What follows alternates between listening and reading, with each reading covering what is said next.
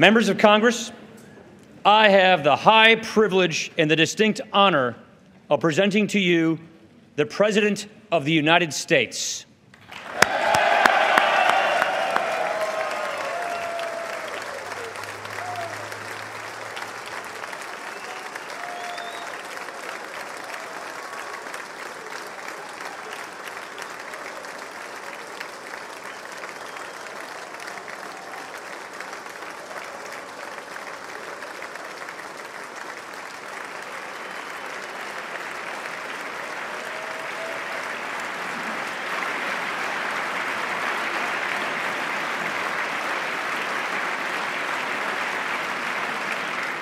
Thank you very much. Mr. Speaker, Mr. Vice President, members of Congress, the First Lady of the United States,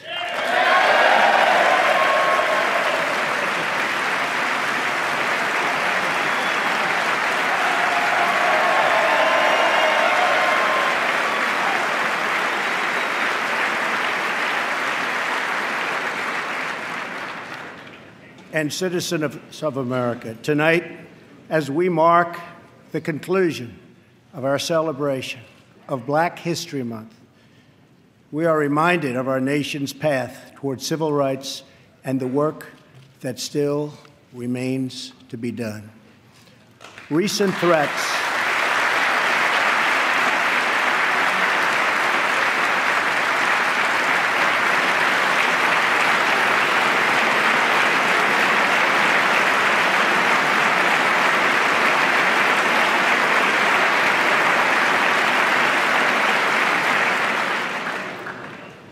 threats targeting Jewish community centers and vandalism of Jewish cemeteries, as well as last week's shooting in Kansas City, remind us that while we may be a nation divided on policies, we are a country that stands united in condemning hate and evil in all of its very ugly forms.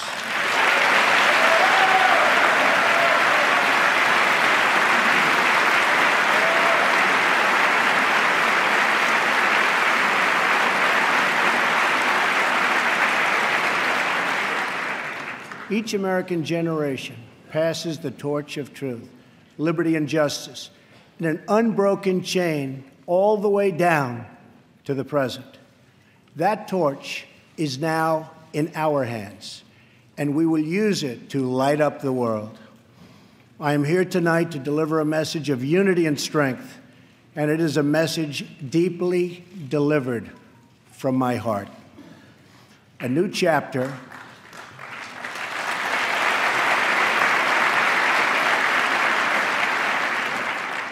of American greatness is now beginning. A new national pride is sweeping across our nation, and a new surge of optimism is placing impossible dreams firmly within our grasp. What we are witnessing today is the renewal of the American spirit. Our allies will find that America is once again ready to lead.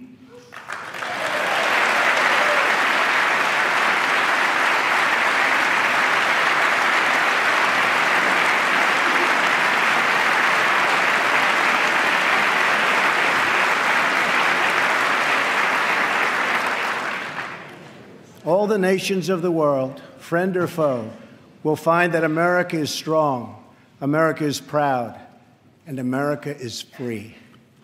In 9 years, the United States will celebrate the 250th anniversary of our founding, 250 years since the day we declared our independence. It will be one of the great milestones in the history of the world. But what will America look like as we reach our 250th year? What kind of country will we leave for our children? I will not allow the mistakes of recent decades past to define the course of our future. For too long, we've watched our middle class shrink as we've exported our jobs and wealth to foreign countries. We've financed and built one global project after another, but ignored the fates of our children in the inner cities of Chicago, Baltimore, Detroit, and so many other places throughout our land. We've defended the borders of other nations while leaving our own borders wide open for anyone to cross and for drugs to pour in at a now unprecedented rate. And we've spent trillions and trillions of dollars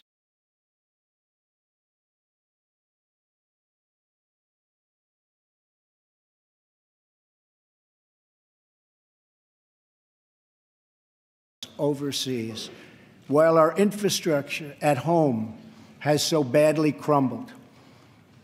Then in 2016, the earth shifted beneath our feet. The rebellion started as a quiet protest, spoken by families of all colors and creeds, families who just wanted a fair shot for their children and a fair hearing for their concerns. But then the quiet voices became a loud chorus as thousands of citizens now spoke out together from cities small and large all across our country. Finally, the chorus became an earthquake, and the people turned out by the tens of millions, and they were all united by one very simple but crucial demand: that America must put its own citizens first, because only then can we truly make America great again.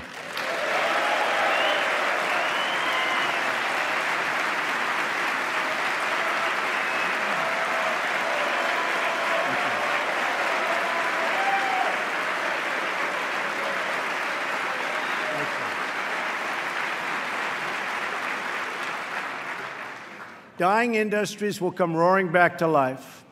Heroic veterans will get the care they so desperately need. Our military will be given the resources its brave warriors so richly deserve. Crumbling infrastructure will be replaced with new roads, bridges, tunnels, airports, and railways gleaming across our very, very beautiful land. Our terrible drug epidemic will slow down and ultimately stop. And our neglected inner cities will see a rebirth of hope, safety, and opportunity. Above all else, we will keep our promises to the American people.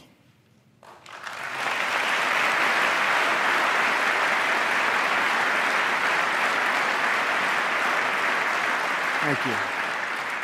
It's been a little over a month since my inauguration, and I want to take this moment to update the nation on the progress I've made in keeping those promises.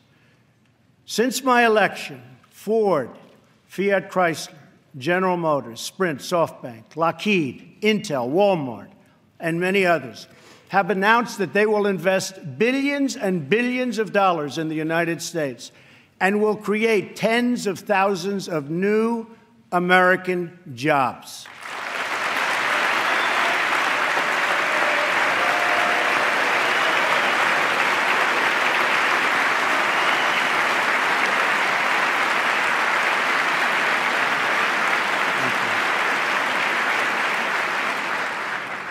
The stock market has gained almost $3 trillion in value since the election on November 8th, a record.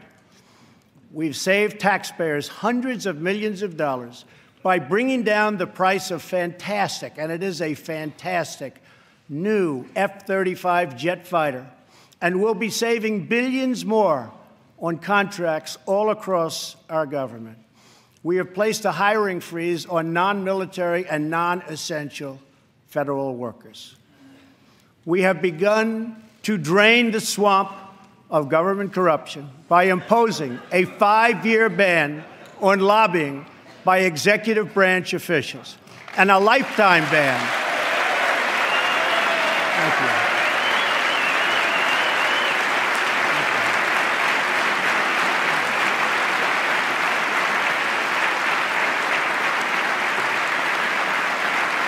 Thank you. And a lifetime ban on becoming lobbyists for a foreign government. We have undertaken a historic effort to massively reduce job-crushing regulations, creating a deregulation task force inside of every government agency.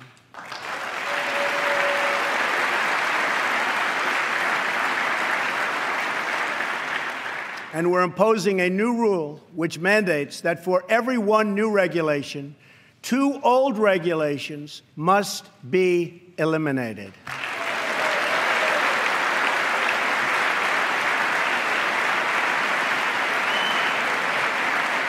We're going to stop the regulations that threaten the future and livelihood of our great coal miners.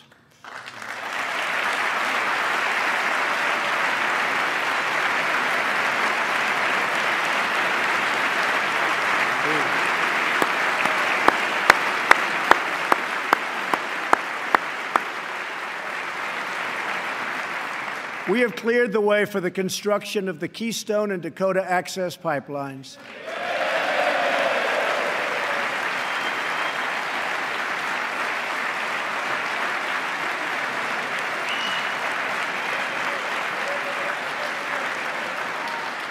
Thereby creating tens of thousands of jobs.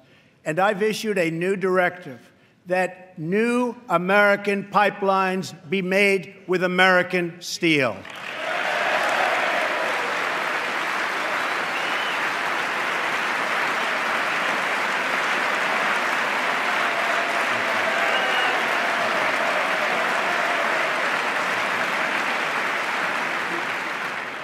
We have withdrawn the United States from the job-killing Trans-Pacific Partnership.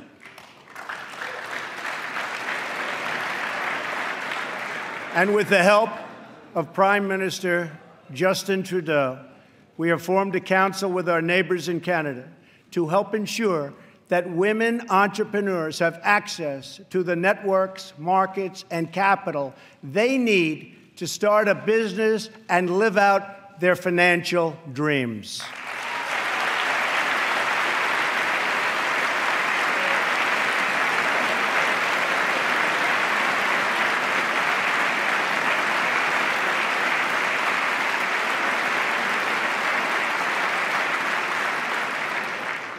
To protect our citizens, I have directed the Department of Justice to form a task force on reducing violent crime. I have further ordered the Departments of Homeland Security and Justice, along with the Department of State and the Director of National Intelligence, to coordinate an aggressive strategy to dismantle the criminal cartels that have spread all across our nation.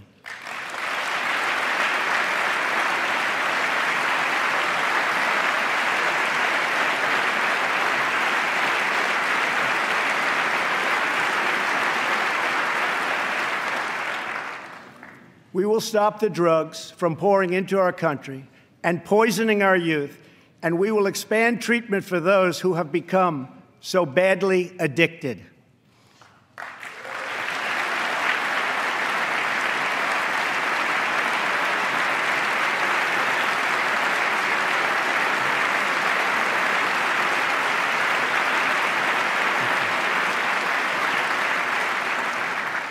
At the same time, my administration has answered the pleas of the American people for immigration enforcement and border security.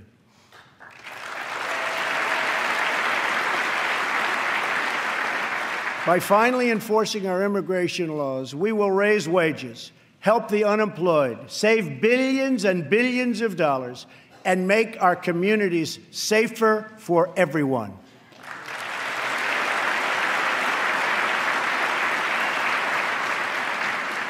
We want all Americans to succeed, but that can't happen in an environment of lawless chaos.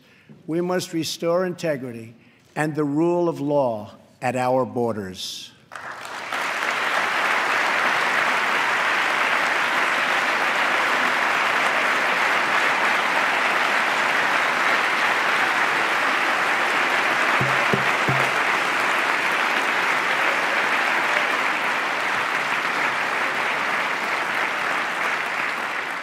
For that reason, we will soon begin the construction of a great, great wall along our southern border.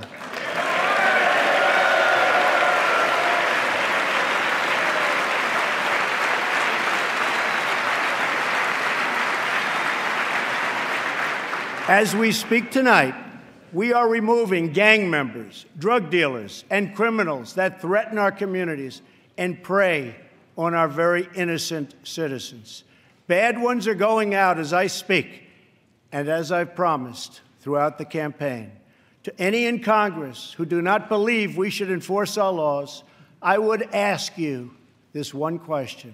What would you say to the American family that loses their jobs, their income, or their loved one because America refused to uphold its laws and defend its borders?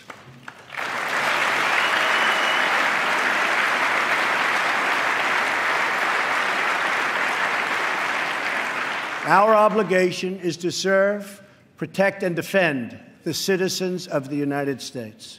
We are also taking strong measures to protect our nation from radical Islamic terrorism.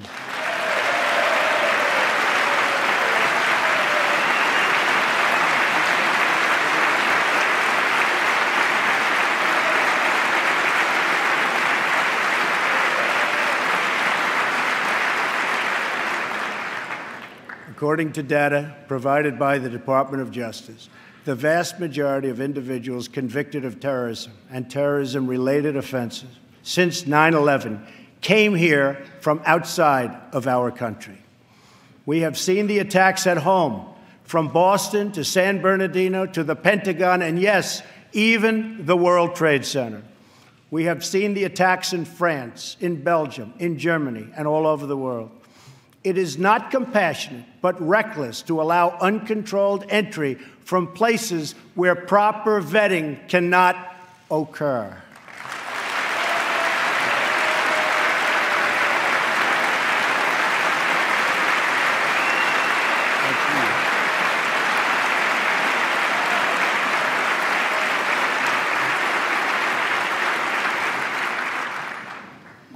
Those given the high honor of admission to the United States should support this country and love its people and its values.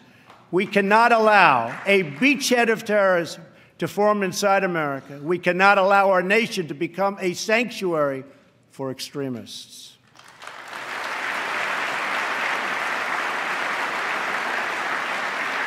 That is why my administration has been working on improved vetting procedures, and we will shortly take new steps to keep our nation safe and to keep those out who will do us harm.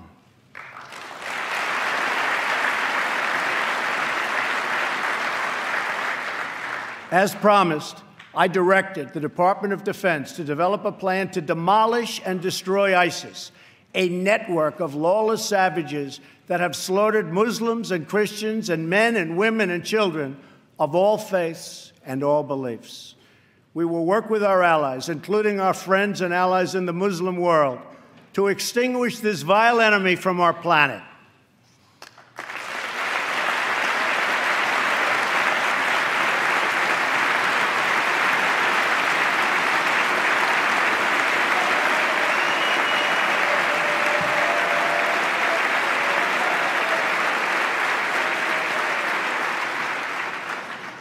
I have also imposed new sanctions on entities and individuals who support Iran's ballistic missile program and reaffirmed our unbreakable alliance with the State of Israel.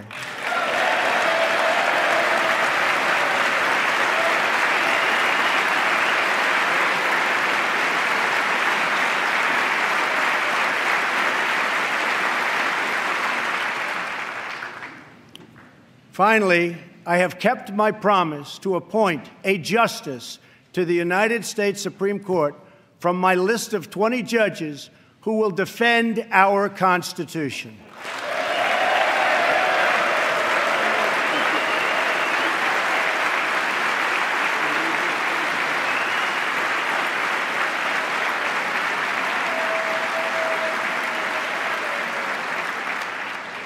I am greatly honored to have Maureen Scalia with us in the gallery tonight.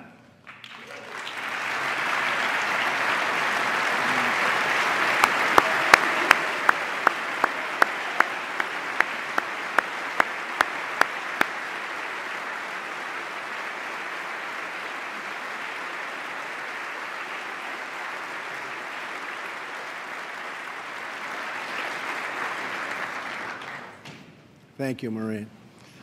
Her late great husband, Antonin Scalia, will forever be a symbol of American justice. To fill his seat, we have chosen Judge Neil Gorsuch, a man of incredible skill and deep devotion to the law. He was confirmed unanimously by the Court of Appeals, and I am asking the Senate to swiftly approve his nomination.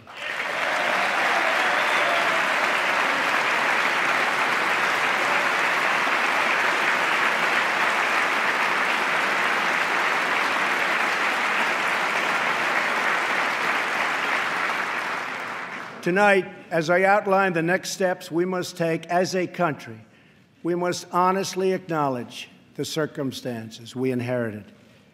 94 million Americans are out of the labor force. Over 43 million people are now living in poverty, and over 43 million Americans are on food stamps.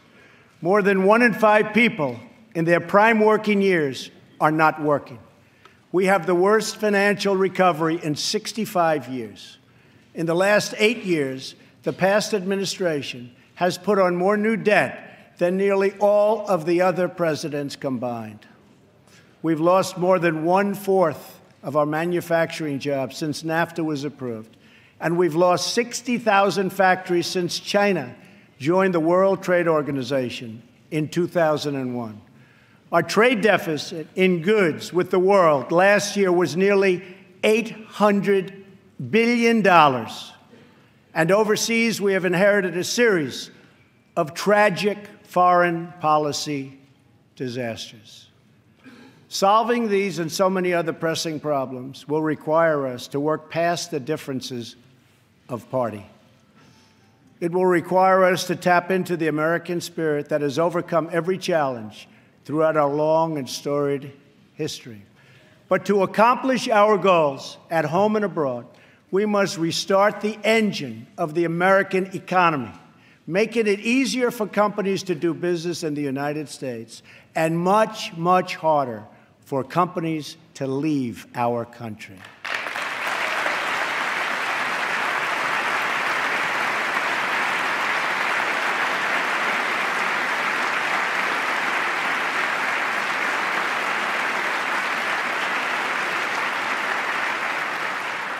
Right now, American companies are taxed at one of the highest rates anywhere in the world.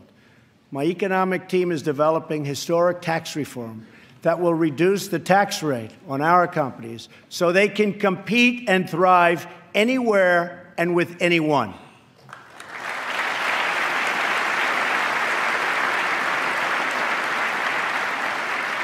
It will be a big, big cut.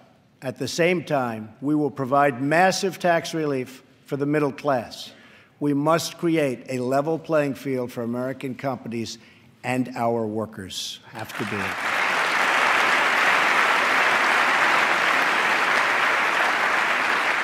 Currently, when we ship products out of America, many other countries make us pay very high tariffs and taxes. But when foreign companies ship their products into America, we charge them nothing or almost nothing. I just met with officials and workers from a great American company, Harley-Davidson. In fact, they proudly displayed 5 of their magnificent motorcycles made in the USA on the front lawn of the White House.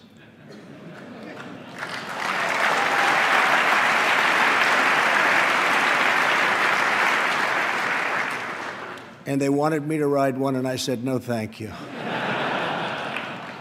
At our meeting, I asked them, how are you doing? How is business? They said that it's good. I asked them further, how are you doing with other countries, mainly international sales? They told me without even complaining, because they have been so mistreated for so long that they've become used to it, that it's very hard to do business with other countries because they tax our goods at such a high rate.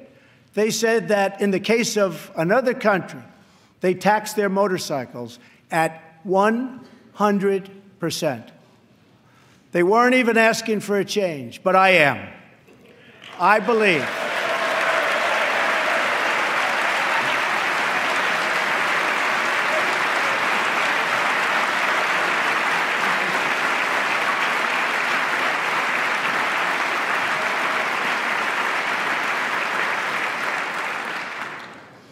I believe strongly in free trade, but it also has to be fair trade.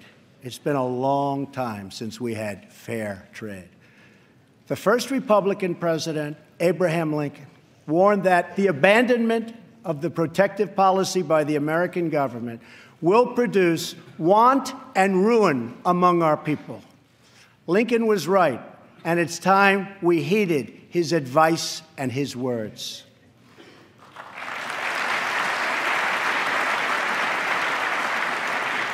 I am not going to let America and its great companies and workers be taken advantage of us any longer. They have taken advantage of our country. No longer.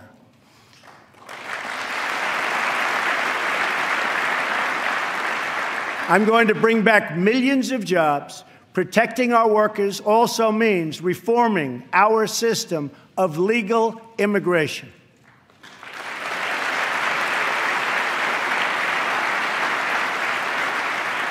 The current outdated system depresses wages for our poorest workers and puts great pressure on taxpayers. Nations around the world, like Canada, Australia, and many others, have a merit-based immigration system.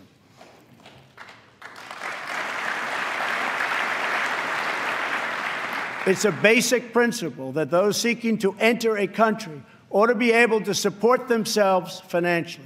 Yet in America, we do not enforce this rule, straining the very public resources that our poorest citizens rely upon. According to the National Academy of Sciences, our current immigration system costs American taxpayers many billions of dollars a year. Switching away from this current system of lower-skilled immigration and instead adopting a merit-based system, we will have so many more benefits. It will save countless dollars, raise workers' wages, and help struggling families, including immigrant families, enter the middle class. And they will do it quickly, and they will be very, very happy indeed.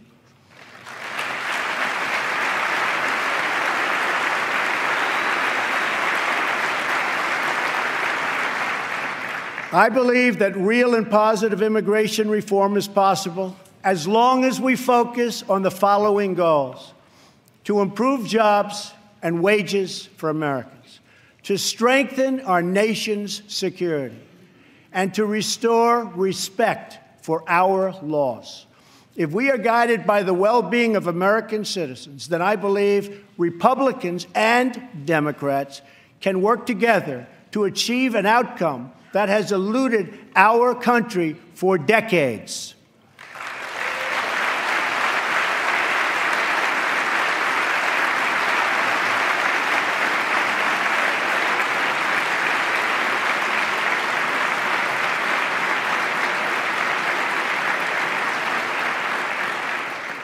Another Republican president, Dwight D. Eisenhower, initiated the last truly great national infrastructure program, the building of the interstate highway system.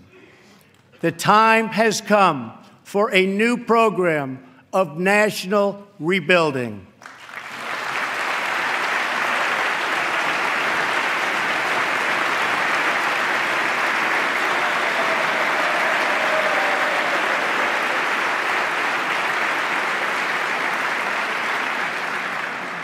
America has spent approximately $6 trillion in the Middle East. All the while, our infrastructure at home is crumbling. With this $6 trillion, we could have rebuilt our country twice, and maybe even 3 times if we had people who had the ability to negotiate.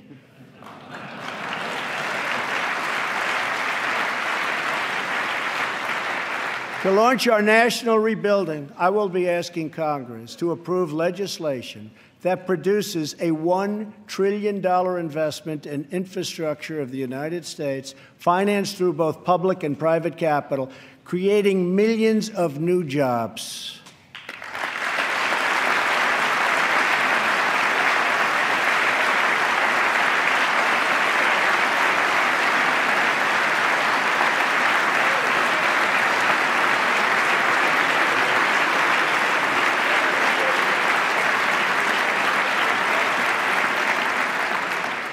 This effort will be guided by two core principles: Buy American and Hire American.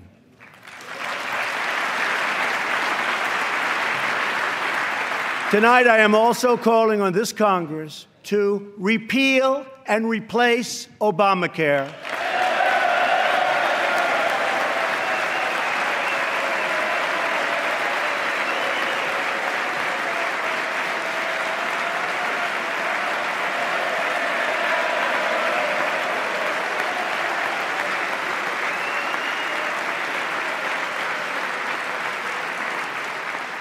With reforms that expand choice, increase access, lower costs, and at the same time provide better health care.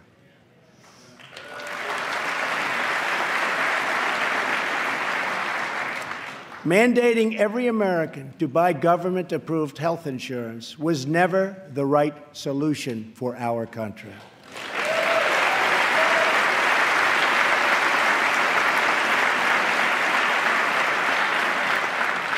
The way to make health insurance available to everyone is to lower the cost of health insurance, and that is what we are going to do.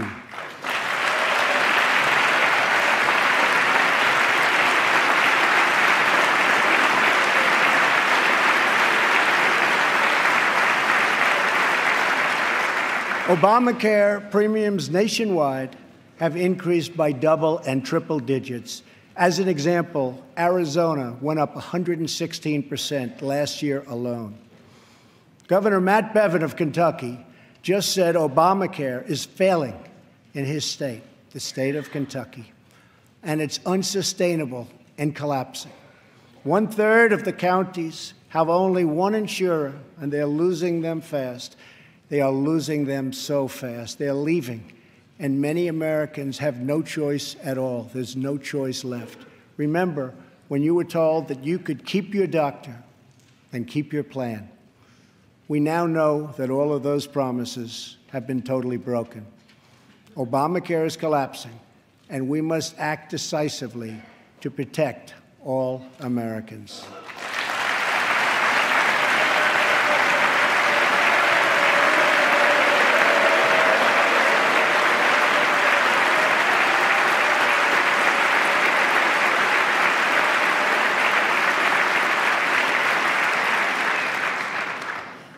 Action is not a choice, it is a necessity.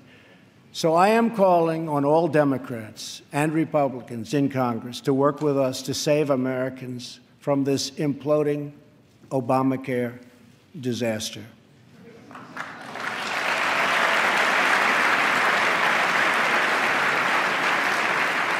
Here are the principles that should guide Congress as we move to create a better health care system for all Americans. First, we should ensure that Americans with pre-existing conditions have access to coverage and that we have a stable transition for Americans currently enrolled in the health care exchanges.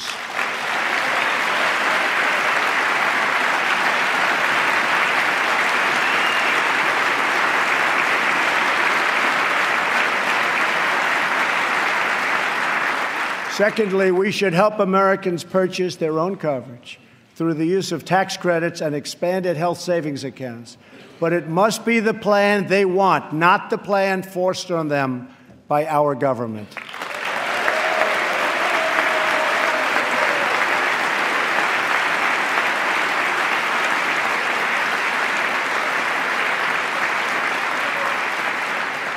Thirdly, we should give our state governors the resources and flexibility they need with Medicaid to make sure no one is left out.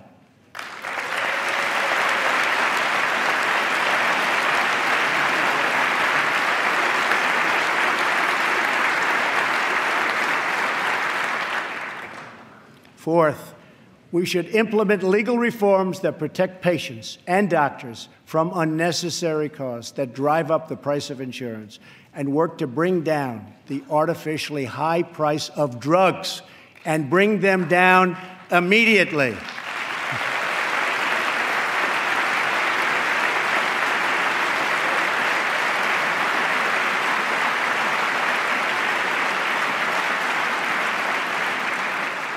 And finally, the time has come to give Americans the freedom to purchase health insurance across state lines.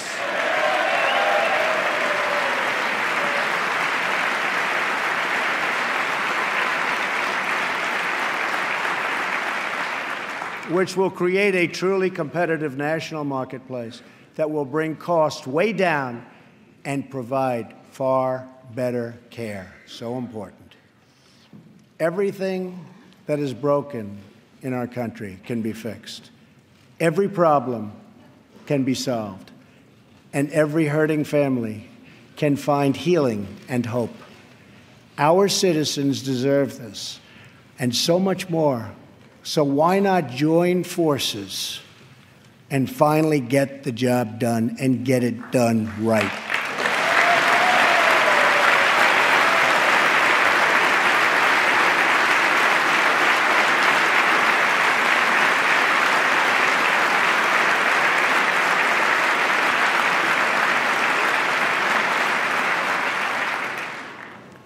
On this and so many other things, Democrats and Republicans should get together and unite for the good of our country and for the good of the American people.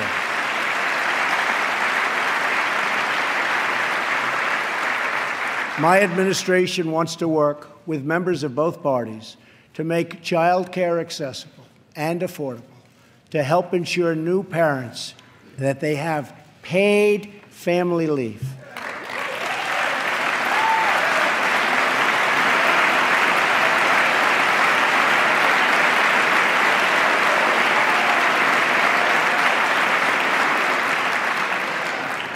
To invest in women's health and to promote clean air and clean water and to rebuild our military and our infrastructure.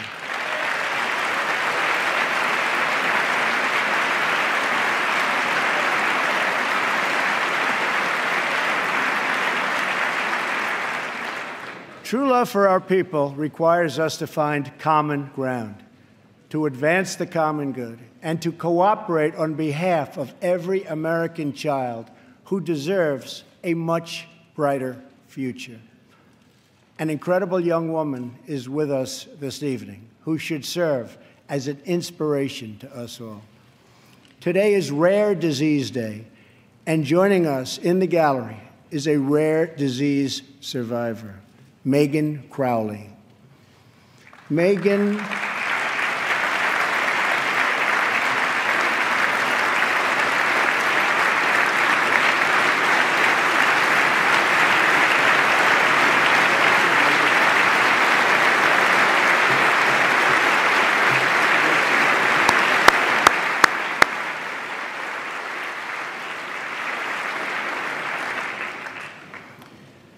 Megan was diagnosed with Pompe disease, a rare and serious illness, when she was 15 months old.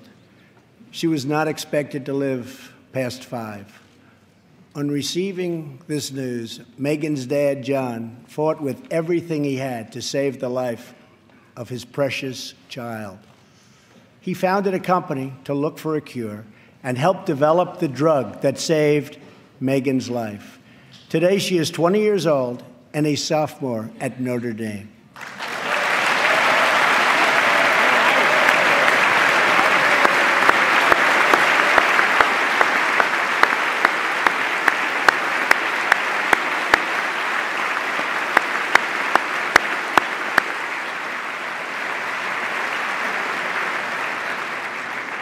Megan's story is about the unbounded power of a father's love for a daughter.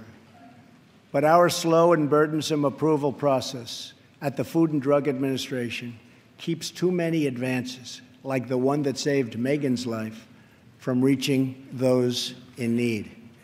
If we slash the restraints, not just at the FDA, but across our government, then we will be blessed with far more miracles just like Megan.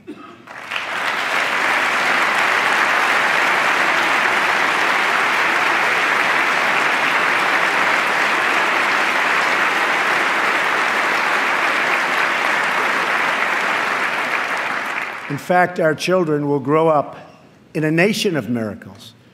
But to achieve this future, we must enrich the mind and the souls of every American child. Education is the civil rights issue of our time.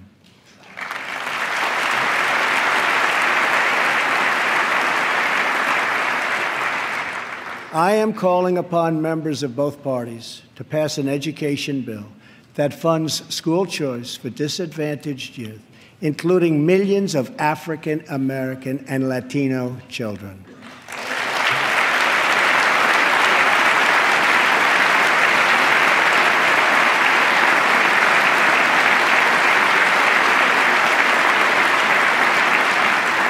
These families should be free to choose the public, private, charter, magnet, religious, or home school that is right for them.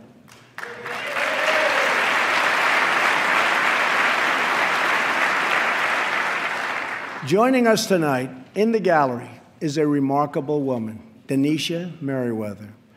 As a young girl, Denisha struggled in school and failed third grade twice.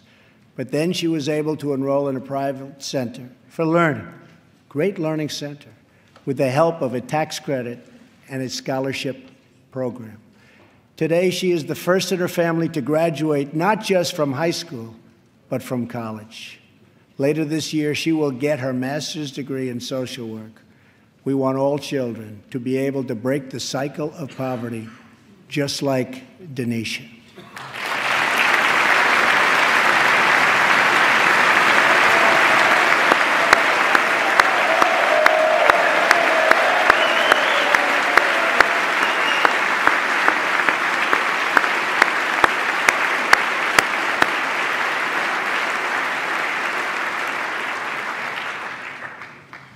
But to break the cycle of poverty, we must also break the cycle of violence. The murder rate in 2015 experienced its largest single-year increase in nearly half a century. In Chicago, more than 4,000 people were shot last year alone, and the murder rate so far this year has been even higher. This is not acceptable in our society.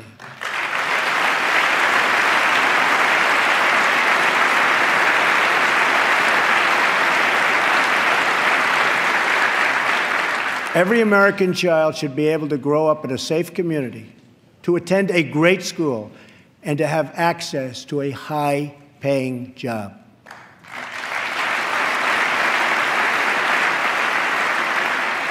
But to create this future, we must work with, not against, the men and women of law enforcement.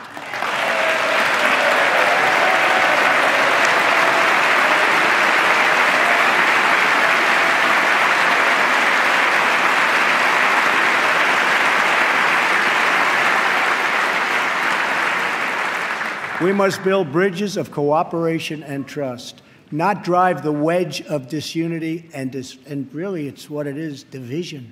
It's pure, unadulterated division. We have to unify. Police and sheriffs are members of our community. They're friends and neighbors.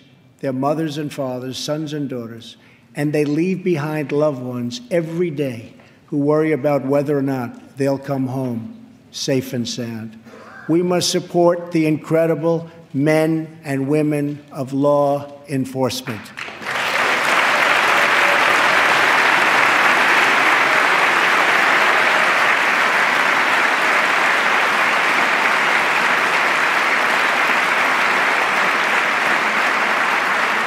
And we must support the victims of crime. I have ordered the Department of Homeland Security to create an office to serve American victims. The office is called VOICE, Victims of Immigration Crime Engagement. We are providing a voice to those who have been ignored by our media and silenced by special interests. Joining us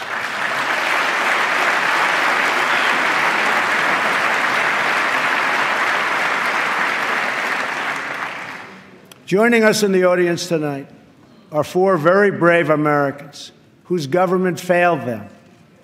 Their names are Jamil Shaw, Susan Oliver, Jenna Oliver, and Jessica Davis. Jamil's 17-year-old son was viciously murdered by an illegal immigrant gang member who had just been released from prison. Jamil Shore Jr. was an incredible young man with unlimited potential who was getting ready to go to college, where he would have excelled as a great college quarterback. But he never got the chance. His father, who is in the audience tonight, has become a very good friend of mine. Jamil, thank you. Thank you.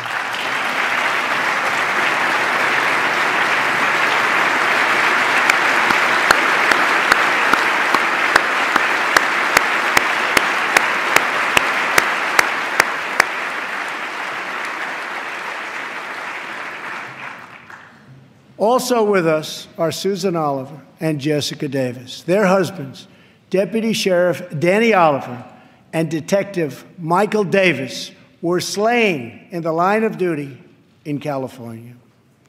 They were pillars of their community.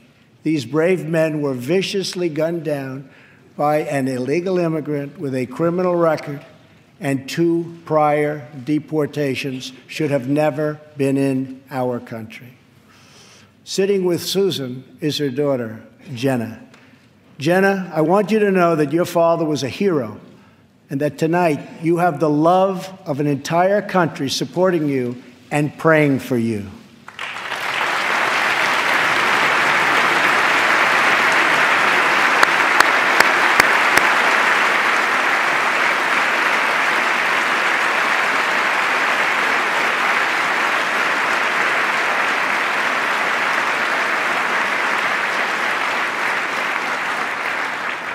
To Jamil, Jenna, Susan, and Jessica, I want you to know that we will never stop fighting for justice.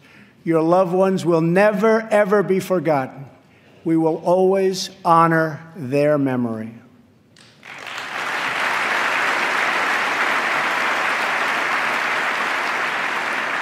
Finally, to keep America safe, we must provide the men and women of the United States military with the tools they need to prevent war. If they must, they have to fight, and they only have to win.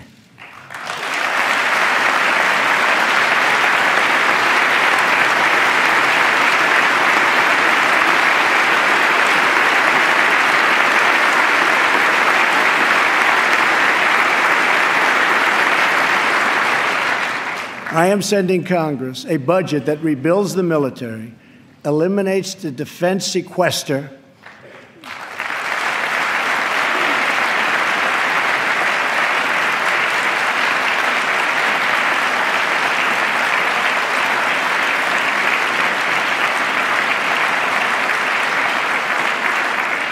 and calls for one of the largest increases in national defense spending in American history.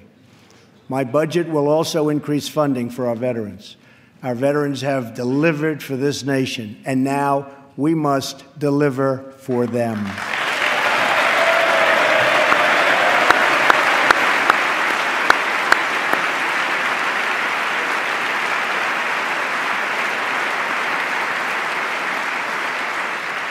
The challenges we face as a nation are great, but our people are even greater, and none are greater or braver than those who fight for America in uniform.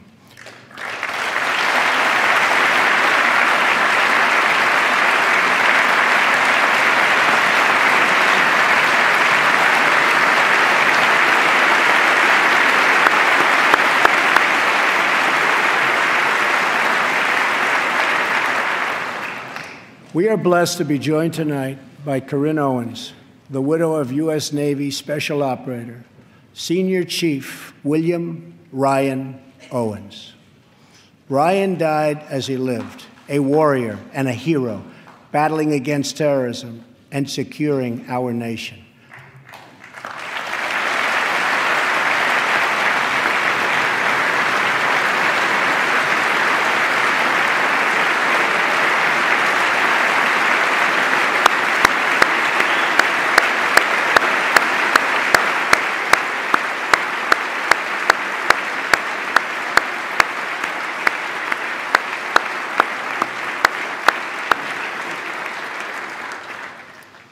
I just spoke to our great General Mattis, just now, who reconfirmed that, and I quote, "Ryan was a part of a highly successful raid that generated large amounts of vital intelligence that will lead to many more victories in the future against our enemy." Ryan's legacy is etched into eternity. Thank you. Thank you.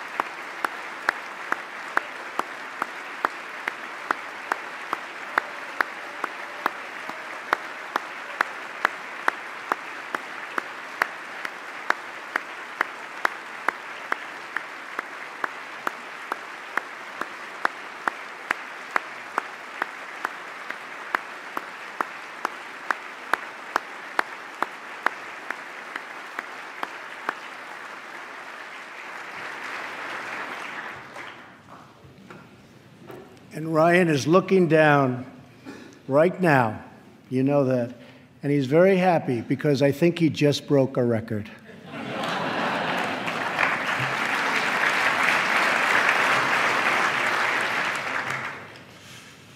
For as the Bible teaches us, there is no greater act of love than to lay down one's life for one's friends. Ryan laid down his life for his friends, for his country, and for our freedom. And we will never forget Ryan.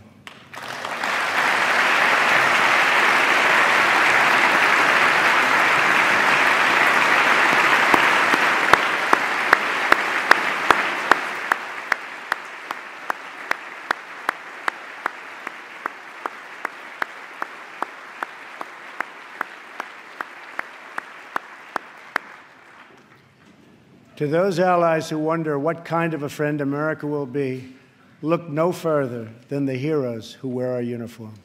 Our foreign policy calls for a direct, robust, and meaningful engagement with the world. It is American leadership based on vital security interests that we share with our allies all across the globe. We strongly support NATO, an alliance forged through the bonds of 2 world wars that dethroned fascism and the Cold War and defeated communism.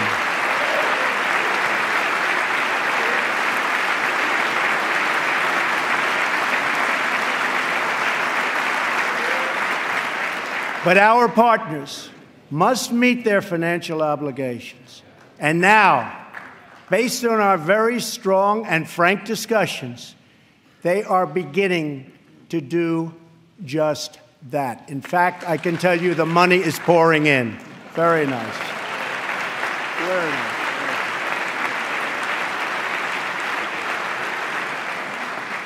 We expect our partners, whether in NATO, the Middle East, or in the Pacific, to take a direct and meaningful role in both strategic and military operations and pay their fair share of the cost, have to do that.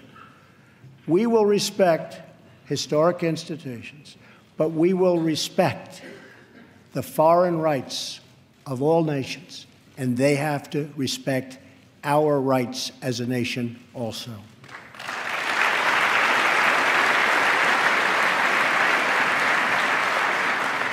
Free nations are the best vehicle for expressing the will of the people, and America respects the right of all nations to chart their own path. My job is not to represent the world. My job is to represent the United States of America.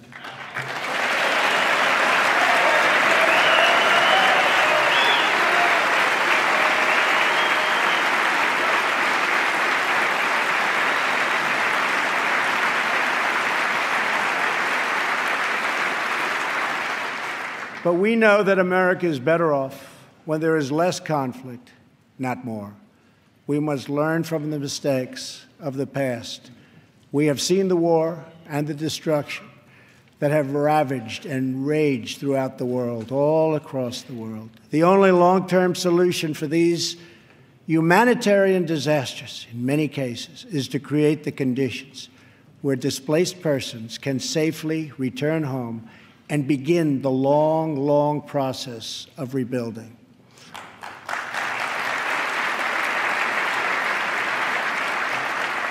America is willing to find new friends and to forge new partnerships where shared interests align.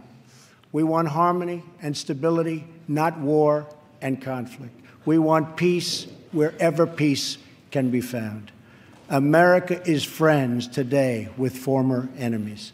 Some of our closest allies decades ago fought on the opposite side of these terrible, terrible wars.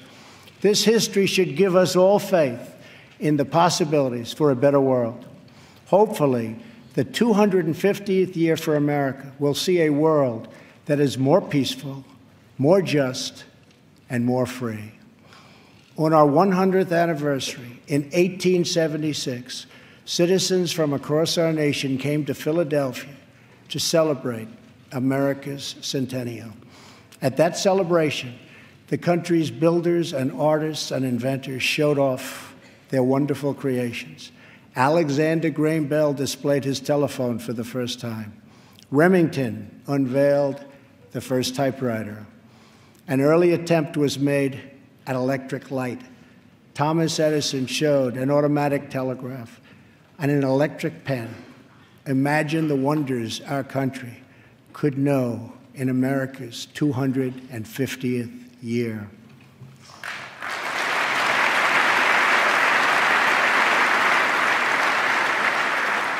Think of the marvels we can achieve if we simply set free the dreams of our people.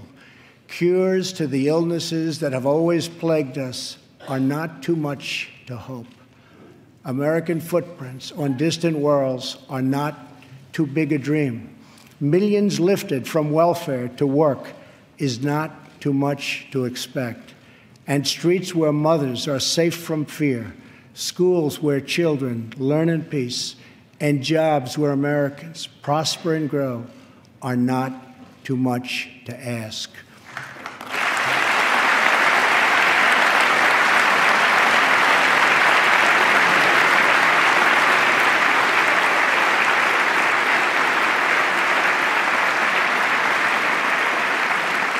When we have all of this, we will have made America greater than ever before. For all Americans, this is our vision. This is our mission. But we can only get there together. We are one people with one destiny. We all bleed the same blood. We all salute the same great American flag. And we all are made by the same God.